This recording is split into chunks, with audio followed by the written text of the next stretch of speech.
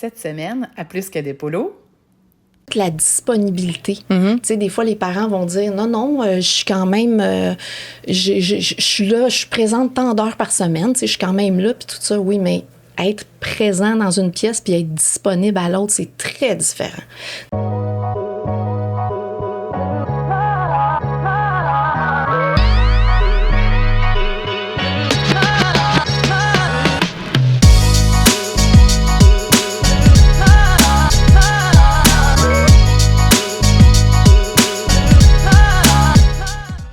aujourd'hui, Tammy, on avait le goût de jaser de c'est quoi être parent dans le chaos du quotidien, puis de savoir, on fait ça tout croche ou finalement on est juste humaine. Puis on a une invitée aujourd'hui elle va pouvoir nous éclairer dans tout ça. Un peu de conseils, de trucs, puis un peu un petit tap on the shoulder pour nous dire on est correct. Oui. Alors, on a Natacha Kondo avec nous aujourd'hui. Merci d'avoir accepté l'invitation. Avec 30 ans, presque 30 ans d'expérience auprès des jeunes, des familles, dans l'entraide et tout. Veux-tu nous parler un peu de toi? Puis ensuite, on va aborder nos sujets directement. On plonge. Ouais. C'est bon, merci pour l'invitation. Ben oui, ça fait 30 ans que je fais de la relation d'aide auprès des familles, auprès des individus et dans les organisations aussi. Je fais de la formation, des conférences, tout ça. Donc, j'ai été psychoéducatrice pendant 28 ans.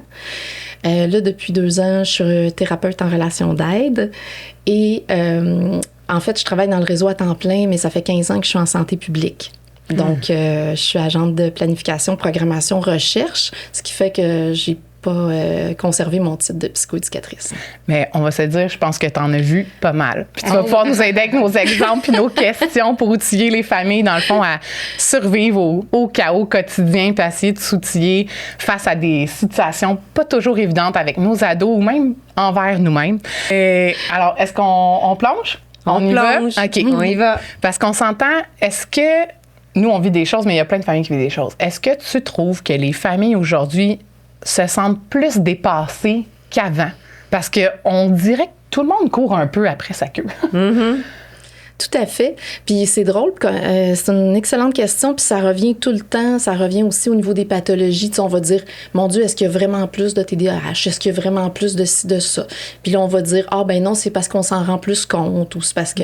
Mais effectivement, tu sais, le niveau de stress, la pression sur les individus puis les familles, moi, je l'ai vu augmenter en 30 ans de façon exponentielle.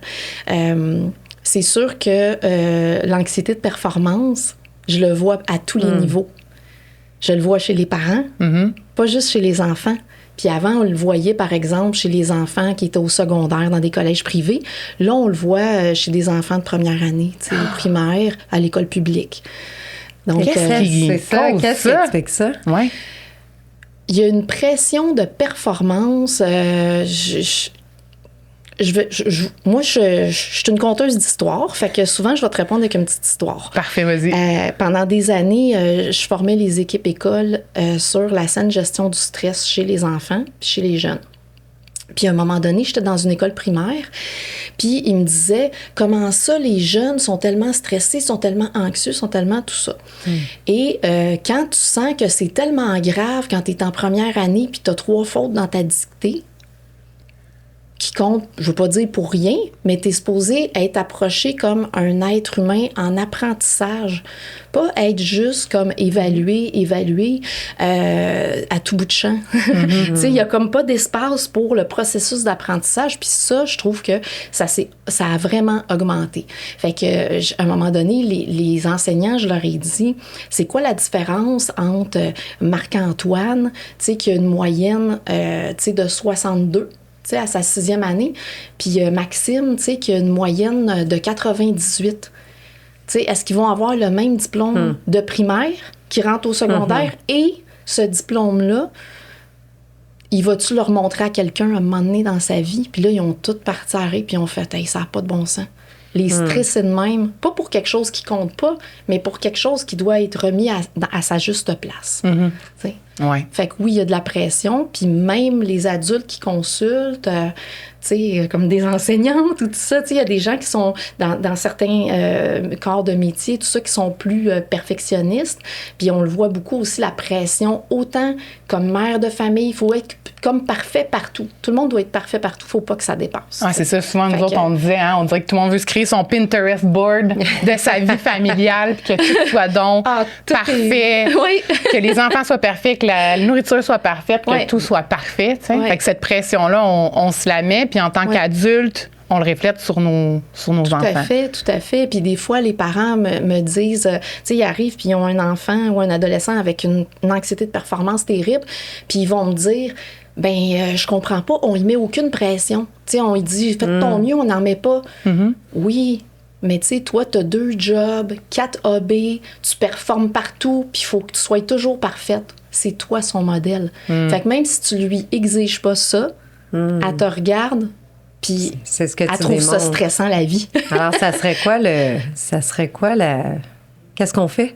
Si on est comme ça, qu'est-ce qu'on fait? C'est comme moi, j'ai une entreprise, je roule là-dessus, les enfants voient ça, mais qu'est-ce qu'on fait pour leur montrer que maman est comme ça, papa il est comme ça, mais toi, t'es pas nécessairement obligé de faire la même routine, le même mode de vie. Qu'est-ce qu'on fait? C'est plus au niveau de la gestion du quotidien, tu sais, de redonner la priorité au vécu familial, la priorité aux choses qui comptent vraiment, puis d'être capable de créer un espace de sérénité à la maison, tu sais, parce que souvent, ces choses-là vont prendre beaucoup de place, beaucoup de place aussi dans les discussions, puis dans l'espace familial, fait que ça devient étourdissant même pour les enfants, là. Ah, ben oui, je peux Donc, voir. on se crée des moments. On se crée des moments en famille, des activités, voyage si on peut partir en voyage. C'est ça qu'on doit faire. Il ne faut pas faire ressentir aux enfants notre stress du travail. Est-ce que ça se peut ou il ne faut pas qu'ils nous voient Ils vont tout le le temps? ressentir de toute façon. C'est ça, OK. Oui. Fait que la Oui. première affaire, c'est prendre soin de soi. Puis ça, souvent, les parents le font pas.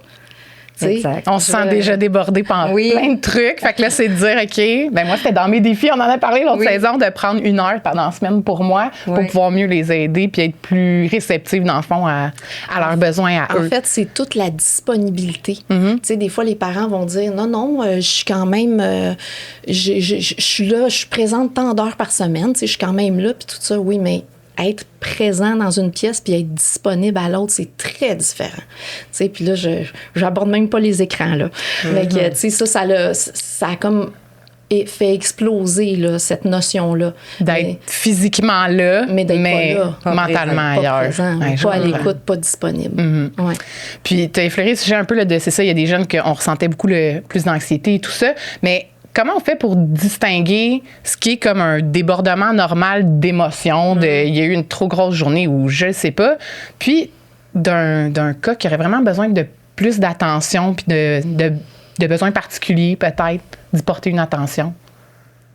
Ben là, tu veux dire quel Par exemple, quel dans genre le de- juste au quotidien, niveau là, du stress? ouais, ou, ouais, c'est ça, tu sais, les émotions de nos ados, nos jeunes, des fois, qu'est-ce qui est comme un débordement normal, puis qu'est-ce qui serait comme un indice qu'il faudrait peut-être consulter pour avoir de l'aide? Souvent, les gens vont trop attendre. OK. Quand ils arrivent à consulter, ils sont déjà trop en souffrance. Tu sais, pas tout le monde, là, il y en a qui prennent les devants, mais souvent, les gens attendent trop longtemps. Puis on le sait, dans les services publics, là, il y a déjà beaucoup d'attentes. Ça Fait que peut- si tu attends d'être plus capable, puis là, tu te présentes pour des services, c'est compliqué parce que la situation va se détériorer. Moi, je suis partisane de la prévention. C'est pour ça que j'aime tellement faire de la santé publique. Tu sais, pour moi, dès que quelqu'un se sent pas bien, c'est le temps de faire quelque chose. OK. C'est pas d'attendre que la situation se détériore puis qu'il y ait des impacts. Est-ce que Tu sais, tu aurais des exemples? Parce que des fois, je trouve que c'est difficile à reconnaître. Des fois, on dit, il est fatigué, grosse journée, sûrement Ouais. examen, demain. C'est pour ça que ça crée ce comportement-là. Mais est-ce qu'il y a comme des signes de dire, ça fait 3 fois là, qu'il y a cette réaction-là pour tel et tel sujet, c'est quelque chose à surveiller? Est-ce qu'on peut avoir des indices? À surveiller. Ça peut tellement varier d'une personne à l'autre. Moi, le plus beau conseil que je peux donner aux parents, là, peu importe l'âge des enfants, là, c'est de nourrir et de maintenir une communication. Ouais. Puis pour faire ça, là, ça prend un espace. Puis là, je vais vous donner un exemple quand on dit que dans le temps, nos grands-mères puis nos mères, ils faisaient ça naturellement. Puis là, quand on parle de pression puis de stress qui est augmenté aujourd'hui, les repas en famille, ça, c'est documenté scientifiquement que c'est un facteur de protection pour la dépression à l'adolescence. Oh. Ouais, j'ai tout fermé, sauf la montre. Coupé. Désolée. Hey, en plus, okay. Genre, oui. On peut-tu la comme sortir? Selena. Ouais, pareil. Ah oui? Elle a la montre qui sonne. On peut la je sais pas, regarde, donne-moi là, je te la mets loin en bas. du micro. Loin du micro. C'est pas grave, on le sait. Seigneur, j'ai fait le saut. Ah, J'ai mon Dieu, tout moi fermé, aussi. même le buzzer. OK, avec mon TDAH, là. Bon. C'est le meilleur bloopers. Mais c'est T'es rendu? intéressant. Oui, c'est mais- vraiment intéressant. Ah Ouais, oui, c'est ça. ça. Très important. Alors OK. oui, Fait qu'on je va vais repartir reprendre juste... à ça. Ouais. Oui, c'est ça. C'est que c'est documenté scientifiquement que c'est un facteur de protection contre la dépression à l'adolescence. C'est pas rien, là. Et là, si j'ai un souper en famille, si j'exige à mon jeune d'être à table, que c'est un moment, puis c'est un rituel familial, qu'il n'y a pas d'écran, il n'y a pas de cellulaire à la table. Fait qu'on se parle. Il parle pas trop, c'est correct, il a 13-14 ans, puis il a pas le goût de vous conter sa vie, c'est bien correct. Sauf que ce rituel-là va faire que l'espace va être créé, puis quand il aura le goût de parler de certaines choses, ben il va savoir qu'il y a un espace d'écoute qui est là tout le temps. Faut pas qu'il fasse un effort pour aller le chercher.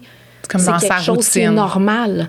Donc, ça devrait être normal d'établir des modes de communication. Ah, j'aime ça. Ouais. Est-ce qu'il y aurait d'autres endroits, pas juste la table au souper, ça, je sais que c'est une belle, mais est-ce qu'il y en aurait d'autres qui pourraient être... L'auto, c'est écœurant, sont pognés dedans. Voilà! Là, tu parles. C'est incroyable, les discussions qu'il y a dans une voiture. Ils ont besoin d'un livre, sont pris avec vous autres. Et encore une fois, pas d'écran.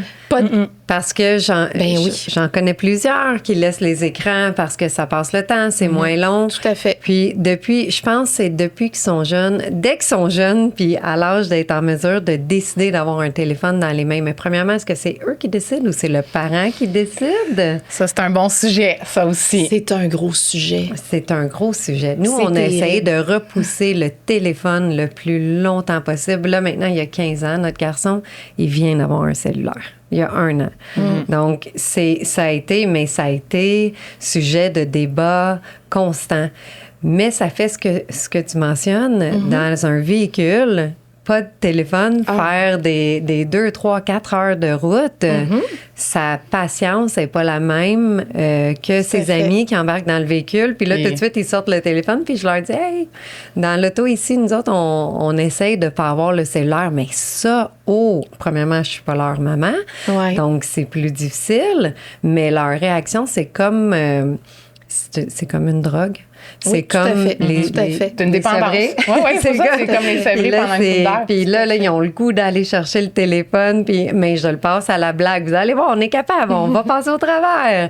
Oui, mais dans un véhicule, autour d'une table de souper, autour d'une table, un bon repas, un bon souper, puis des fois, c'est de rien dire, mais de créer l'espace. Tout à fait, de créer un espace puis un moment qui existe, peu importe s'il y a à discuter ou non. Ça ouvre une porte. Ouais. Donc, ça donne l'espace pour. Il n'y a pas besoin de faire un effort puis de venir dire « Hey, je vais pas bien ». Il y a comme un espace pour ça. Ouais. Puis les questions aussi, on en parlait, mais les parents, souvent, ils vont me dire, pour les jeunes au primaire, c'est « J'essaye de savoir s'il a passé une bonne journée », puis il dit « Je m'en rappelle plus ». C'est vrai que Ceux c'est qui ont ça des qui enfants répond dans primaires, là. J'aime bien que ça, qu'est-ce que t'as fait aujourd'hui? c'est ça. Ah, je sais pas. Secondaire, Je m'en rappelle. Puis les ados, début secondaire peut-être. Les ados, c'est correct. Fait que ça, c'est les réponses c'est d'habitude. vrai. Fait que là, les parents disent « Je peux pas savoir vraiment rien. » Fait que moi, je leur dis « Si tu veux savoir, qu'est-ce que tu veux savoir? Si tu veux savoir quelque chose de précis, pose une question précise. » Oui, parce que qu'est-ce que tu as fait? C'est un peu large ou ça a-tu bien été? Oui, Plus non, ben un moi. tente moyen de compter sa vie. Mais si tu lui dis, tu sais, tu avais ton examen de maths à la deuxième période, je sais que tu as étudié beaucoup, est-ce que ça a bien été ou il y a des questions que tu as eu de la misère? Il va pas te dire, tu sais, je veux dire, il faut qu'il y ait quelque chose à répondre. Quand même être impliqué puis à suivre leur routine, leur quotidien et tout ça. Ça va nous permettre d'aller chercher des questions. Oui. Puis qu'est-ce qu'on fait si... Moi, j'ai pas encore des ados, là, mais souvent, on voit qu'ils se referment un peu à l'adolescence. Justement, ils vont dire, je sais pas, as-tu des trucs pour justement ouvrir la discussion avec eux quand eux semblent vraiment fermés?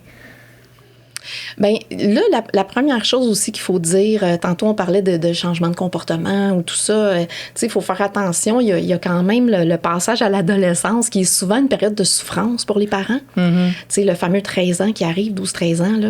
Puis là, tout d'un coup, tu sais, c'était notre meilleur ami, il nous trouvait bien le fun puis bien drôle, puis là, il veut plus nous parler, tout ce qu'on dit, c'est un peu niaiseux, là. Tu sais, on devient tous des boomers. Fait que c'est sûr que c'est dur pour les parents, ce passage-là, mais moi, qu'est-ce que je leur explique? Je dis, vous devriez être content de ça.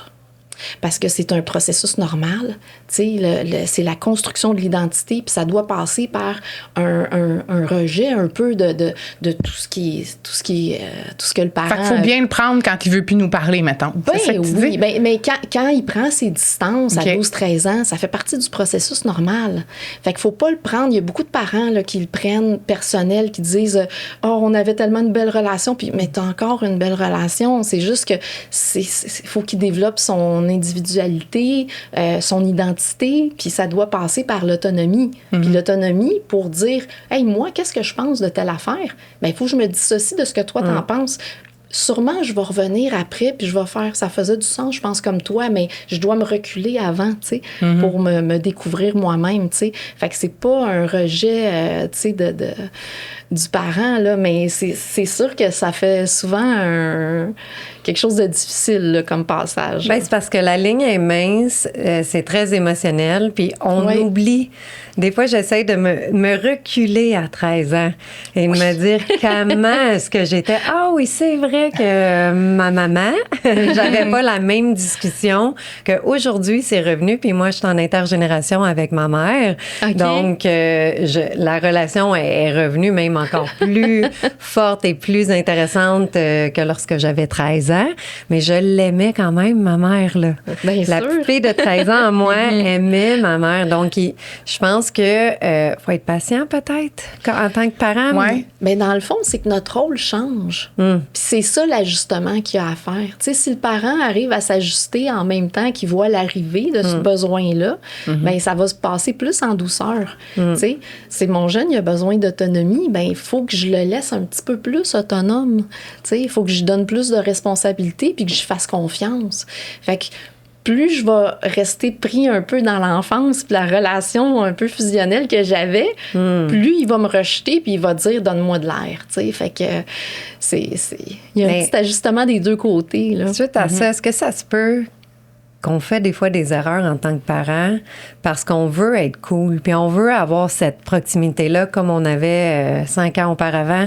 Est-ce que ça se peut que des fois des permissions deviennent trop grandes, on oublie notre rôle de parent, puis on essaie justement d'être cool? Tout à fait. C'est tellement ça qui se passe. Ouais.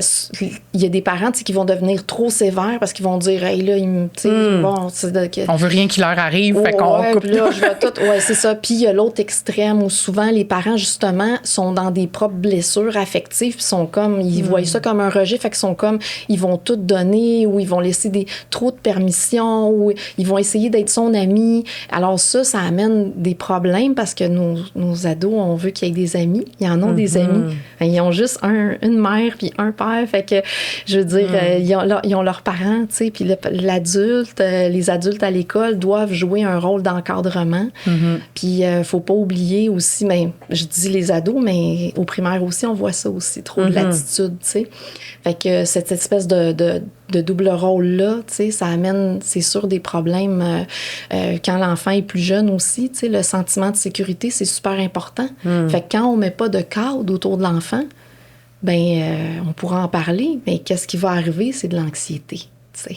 Si on est trop freestyle. Bien sûr, bien sûr. Parce qu'on parlait de ça l'autre fois. Tu sais, on dirait qu'il y a comme deux approches parentales. Il y a comme la très structurée, organisée, puis le plus spontané, plus freestyle. Tu sais, c'est pas noir ou blanc, mais des fois, on dirait qu'on essaie un peu de se positionner là-dedans. Qu'est-ce qui est correct, pas correct? On peut avoir les deux styles, mais ce qui est important, c'est de rester campé dans notre rôle, c'est-à-dire de poser des limites. Tu sais, moi, je dis, c'est le carré de sable. Le carré de sable, il est là. Ouais. Puis votre job, c'est de dire, ils sont où les contours du carré de sable? Après ça, laisse-les jouer dedans. Ah, j'aime ça. C'est une belle image. C'est parfait. Je parle beaucoup de même. Ah, c'est excellent. Non, mais c'est du concret aussi pour les familles qui nous Fait que suivent. c'est clair comme ça pour tout le monde quand je parle aux parents puis je l'exprime comme ça. Fait que ça, c'est ça votre job, tu sais. Là, l'enfant, lui, sa job, c'est pas dépasser. Mais s'il dépasse, toi, ta job, c'est de le remettre dans le carré de sable puis de dire, hey, je t'ai dit que c'était là, la limite. OK, là, il y a tellement de choses qu'on pourrait développer. Mais là, pour nous aider, le carré de sable, comment qu'on le détermine? Comment qu'on le détermine? Ouais. C'est difficile. On Parce est qu'en tous plus, différents. Nos enfants, ils ont tous un caractère Un tempérament unique, un différent. C'est quoi le carré de sable? Il est composé de quoi? Bien, le carré de sable, t'as raison. Chaque enfant est différent, chaque famille est différente. Mais ce qui est important, c'est que le carré de sable soit déterminé par le parent. Oui, pas l'enfant. Puis de maintenir les limites, pas l'enfant. Quand je parlais d'anxiété tantôt, là, c'est pas normal à 8 ans de décider, il arrête tout ton carré de sable. C'est sûr que tu vas développer de l'anxiété. Il y a personne qui te sécurise puis qui te dit c'est quoi les limites. Numéro 1, c'est pour monter notre carré de sable, c'est de déterminer comme des règles. Est-ce que c'est un mot qu'on peut prendre? Qu'est-ce qui est normal, qu'est-ce qui est pas normal aussi? Qu'est-ce qu'on accepte, qu'on n'accepte pas? Exactement. Fait qu'il y a toutes les valeurs familiales aussi. Puis il y a aussi des choses qu'on peut dire, ben ça, je vais pas accepter ça. Puis il y a des choses aussi qui devraient être normales. Exemple, il n'y a pas d'écran à table pendant le souper. Ça devrait être une règle universelle. Absolument. Donc, absolument. Fait que c'est de mettre des règles familiales puis de les appliquer après. T'sais. Oui, puis d'être constant. Mais c'est ça, c'est là que je m'en allais parce qu'il y a des familles que c'est monoparental. Oui. Il y en a que c'est 2 parents. Donc là, il y a aussi de devoir comment faire respecter ça parce qu'on n'a pas tous la même vision, même dans un couple. Là, je veux dire, souvent, il y en a un qui est débordé dans le sujet des divorces un peu. Oui, il y a ça aussi. Parce que ça, on en connaît dans notre entourage. Une semaine à quelque part, une semaine ailleurs.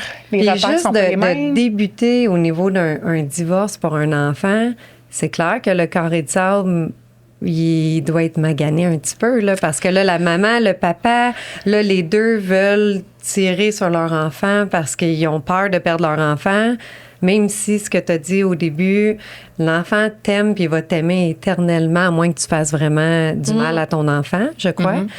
Mais c'est difficile pour un parent dans cette situation-là. Ah, je vais y aller freestyle. Là. On aime avec 30 ans d'observation là, et de travail auprès de famille. Là, moi, le meilleur conseil que je peux donner, là, c'est que les parents se séparent. C'est 2 adultes différents avec pas les mêmes valeurs ou les mêmes limites ou whatever. C'est de tracer chacun leur carré de sable. Puis l'enfant, ben, il y a un carré de sable différent d'une semaine à l'autre.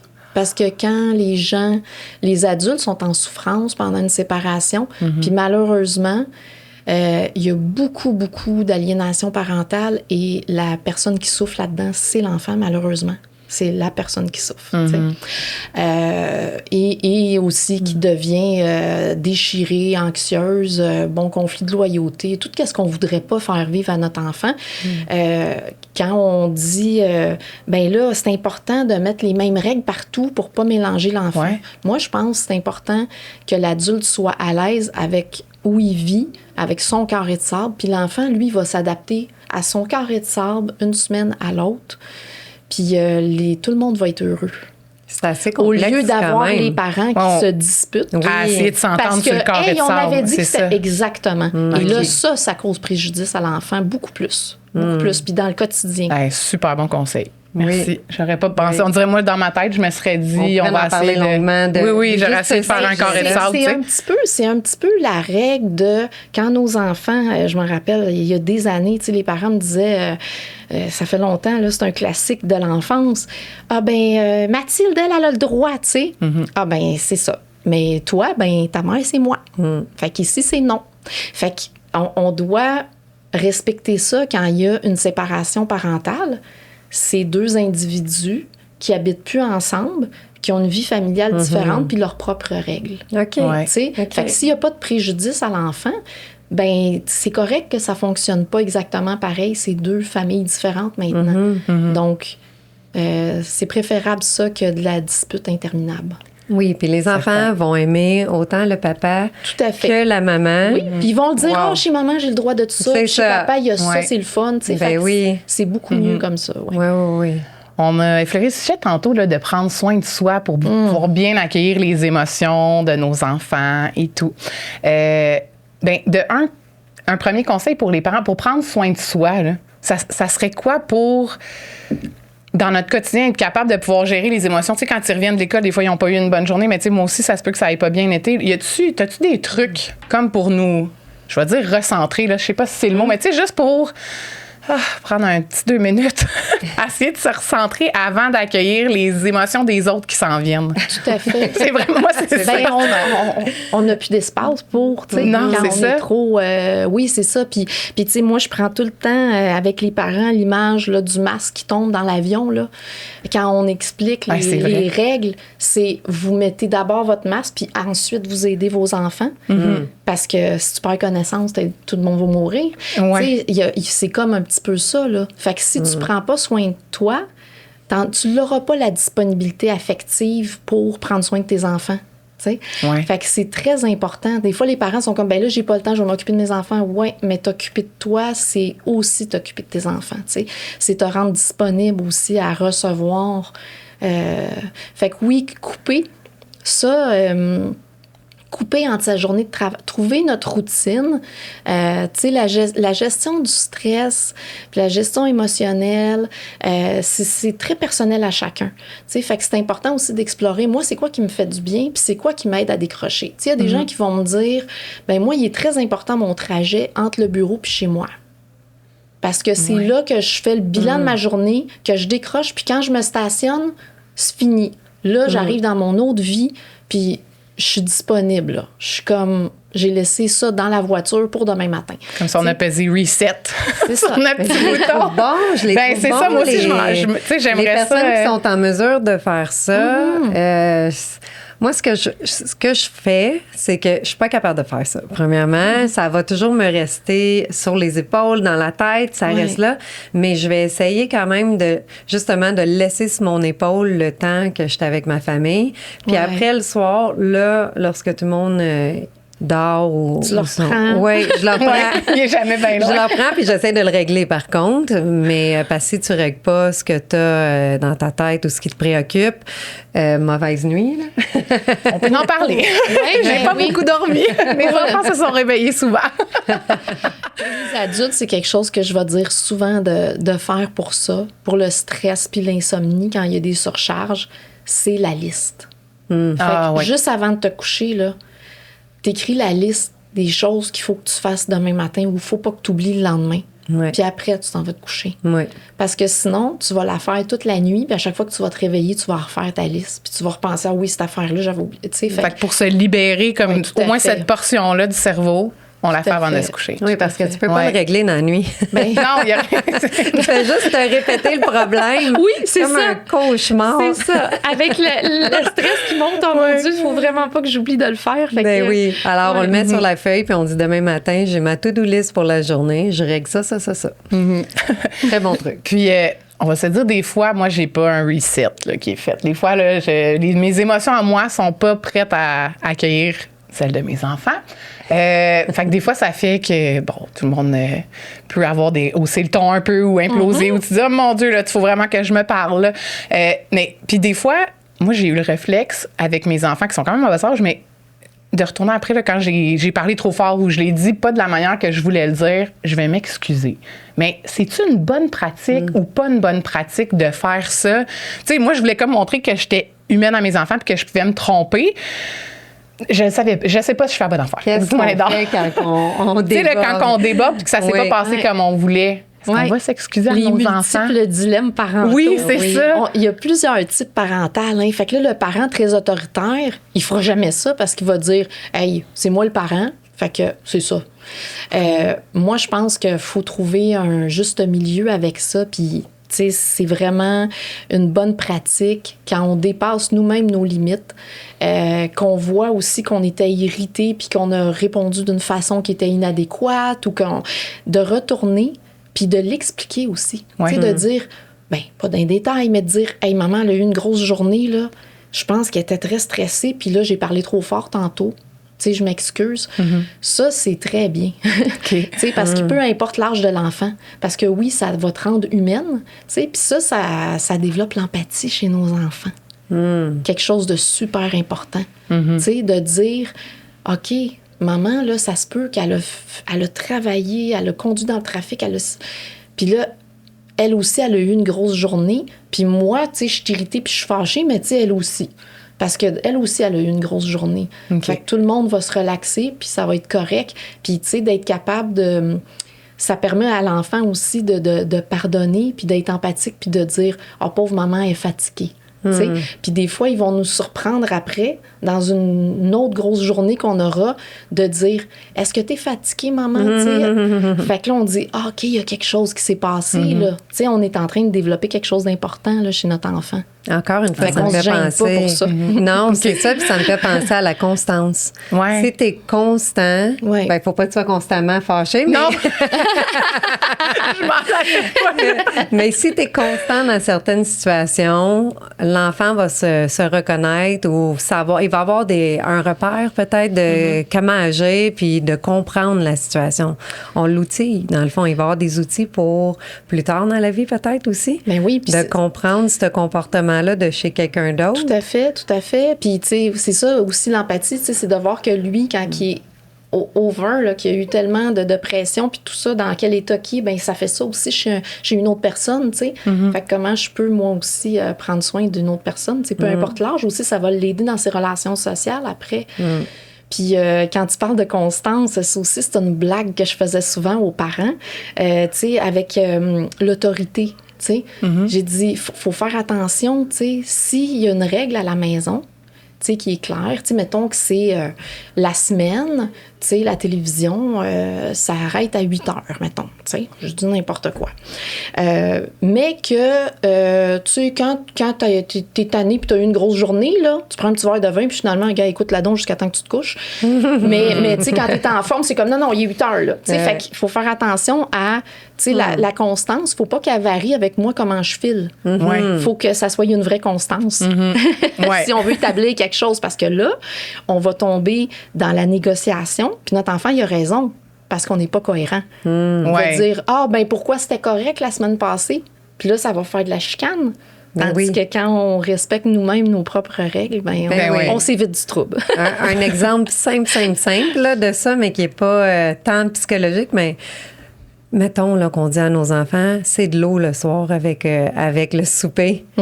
Puis nous, mardi soir, on ouvre une bouteille de vin parce qu'on a une grosse journée puis on a besoin d'une petite coupe de vin. Puis lui, il aura pas son Puis lui, il me regarde compte. puis moi, je peux-tu avoir mon thé glacé? Je fais, non. C'est mardi soir. Est-ce que ça fait partie du... C'est mardi soir. C'est mardi soir. Non, ça fait partie de la Mais pourquoi cohérence. toi, t'as le droit? Ouais. Donc, ça veut dire qu'on s'empêche puis on dit non. T'as C'est raison. ça. Ou on dit, toi, t'es jeune.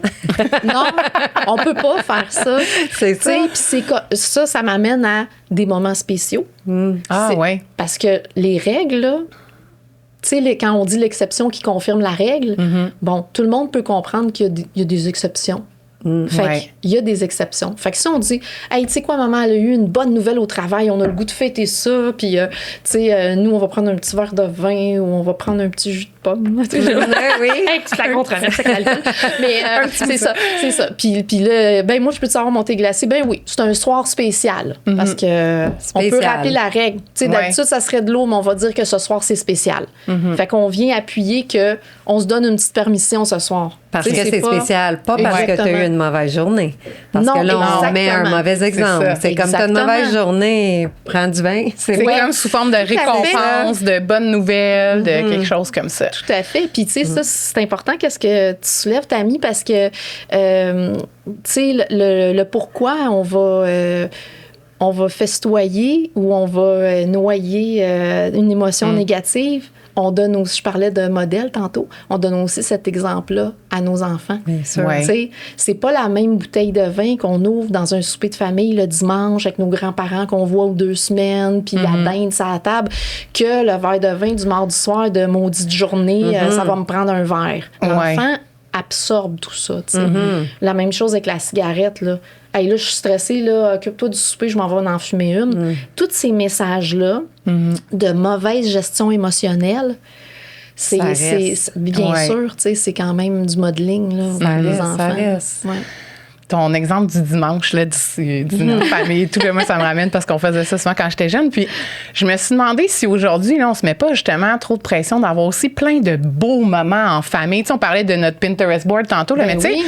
on dirait que des fois, ça fait longtemps que c'est comme rien passé. On dirait que, moi, on veut comme se le créer ou se l'obliger quasiment d'avoir un petit moment parfait, là. Pas toujours évident. Qu'est-ce que t'en penses?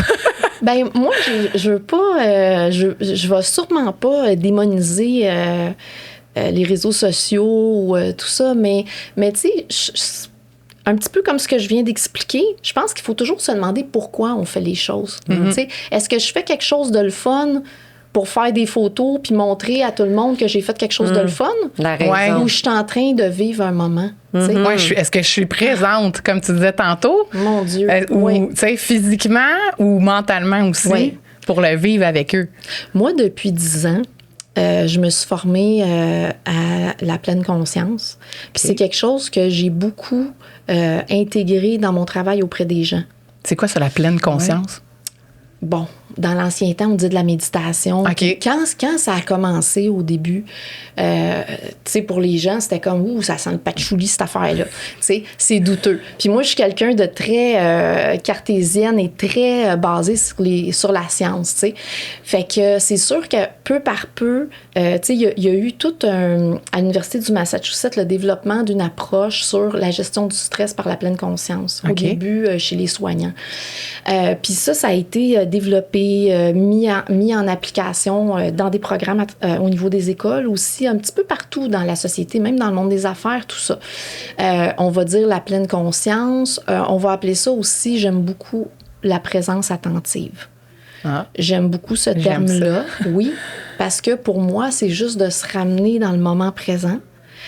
Et ça aide au niveau de la gestion émotionnelle, de la diminution du stress, se recentrer. Comment tu fais? Là, ça prendrait un épisode juste là-dessus. Ouais, je suis pas mal sûre que notre cellulaire, il faut le mettre loin, là. Oui, tout à fait. En fait, la division de l'attention, ça augmente le niveau de stress. Et là, avec les écrans, les téléphones, on est souvent en multitâche. Bien, les gens disent multitâche, mais en fait, c'est démontré que le cerveau fait juste une tâche à la fois. On dirait qu'on a Donc, toujours plein de fichiers ouverts dans notre tête. Là, moi, je me vois comme à l'ordinateur. Là. Tu sais que tu as plein de fichiers en haut, puis là, tu essaies de les fermer tout le temps. Fait que le cerveau passe de micro-moments, tu sais, courriel, téléphone, tout. Mais il fait une tâche à la fois. Fait que ça peut être 1 minute, 30 secondes, 2 minutes. Et ça augmente les hormones de stress, là. Donc, déjà, là, on part, au lieu de partir de là, on part de là, au niveau de notre niveau de base de stress, parce qu'on vit comme ça. Fait que c'est sûr que la pleine conscience, ça nous ramène à OK, là, je suis ici. Puis faire une tâche à la fois, ça aussi, c'est déstressant. Ah, ouais. Par exemple, là, puis là, je peux dire ça pour les parents, mais tu sais, de dire le matin, OK, à 9 heures, pendant 20 minutes, je m'occupe de mes courriels, puis je fais mes retours de courriel. Après ça, je fais une autre tâche, puis à 11 heures, je vais aller voir ma boîte courriel.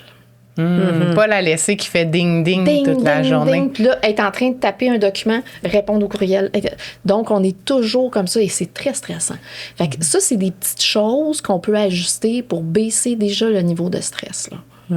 Puis si on y va avec, pour les ados, Eux, leur téléphone, c'est pas qu'ils ont 25 devoirs d'ouvert ou de projets, c'est qu'ils veulent voir, j'ai posté quelque chose, combien j'ai eu de likes, qui a fait quoi, qui est rendu où. C'est super stressant. Ils se localisent dans le Snapchat, ils vont, ils vont se géolocaliser. Bon, moi, là, mes ados, là, je leur disais, et là, je parle pas juste de mes enfants, je parle de mes... Quand je dis mes ados, j'ai dû en avoir au-dessus de 2000.